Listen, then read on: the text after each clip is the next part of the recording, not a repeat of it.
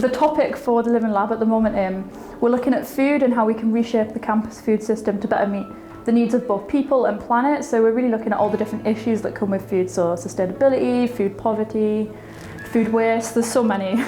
We're trying to get as many modules and people involved as possible, so the different modules involved respond in different ways. So tonight we've got the art exhibition, we've got theatre students that'll make performance, geography students, psychology, so it's really just a way for as many people to get involved and engaged with the topic of food as possible. The Living Lab, I was working with art students to make a collaborative piece based on their project. We looked at their work where they used food and ideas around the dinner table, and then 3 drama students, we wrote a spoken word piece all about food and the sort of questions we encounter with food every day. We had a lot of really interesting conversations about what you could say at the dinner table and what you were allowed to speak about, and how food gave you permission or maybe denied you the chance to do that. And then we're also really interested in the idea of gender and food and who makes food and who brings food. So those were lots of really, really interesting discussions that we had and that we were enabled to have by the project as well. There was a demonstration by chef Steve, who showed us how to make tomato sauce for a fraction of the price of one you would buy from supermarkets, and it was really easy and simple. I really enjoyed the cooking session because it was really interesting, and you can save a lot of money if you start to cook on your own at home in that way, and we even received some small recipes of this. It was really, really cool.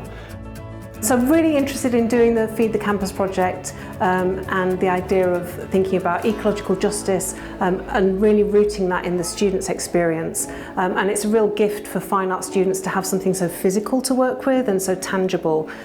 I think it's really inspiring because not often do I get to make work about such important issues, and it's nice to have the opportunity to make work that hopefully people will think about and take something home from. I like doing work that's not just about galleries, but it's about really engaging with the world and with how we experience the world. So for me it was brilliant to sort of say to the students, we're doing this project, it's not just about us, it's not just about our course, and it's certainly not just about a gallery space. It's about how we think visually and creatively about the things that affect us every day. I think through their art they can publicize it more. It's easier to do it through art, I think. Yes, it's all right to listen to talk about the ecological ideas on the radio, but I think sometimes people like the visual, so that's how I think fine artists can help with the visual. It's more enticing for people. I think the benefits are that people often maybe don't understand how their subject or their practice can relate to these ecological issues, so it's really a way of helping them to understand how they can use the skills and things they're already learning to make change in areas that they then maybe never considered before or didn't realise they could relate to. I think getting multiple perspectives is a really good way to create new conclusions and new ideas, because you can take inspiration from a lot of different ways of life that people might have.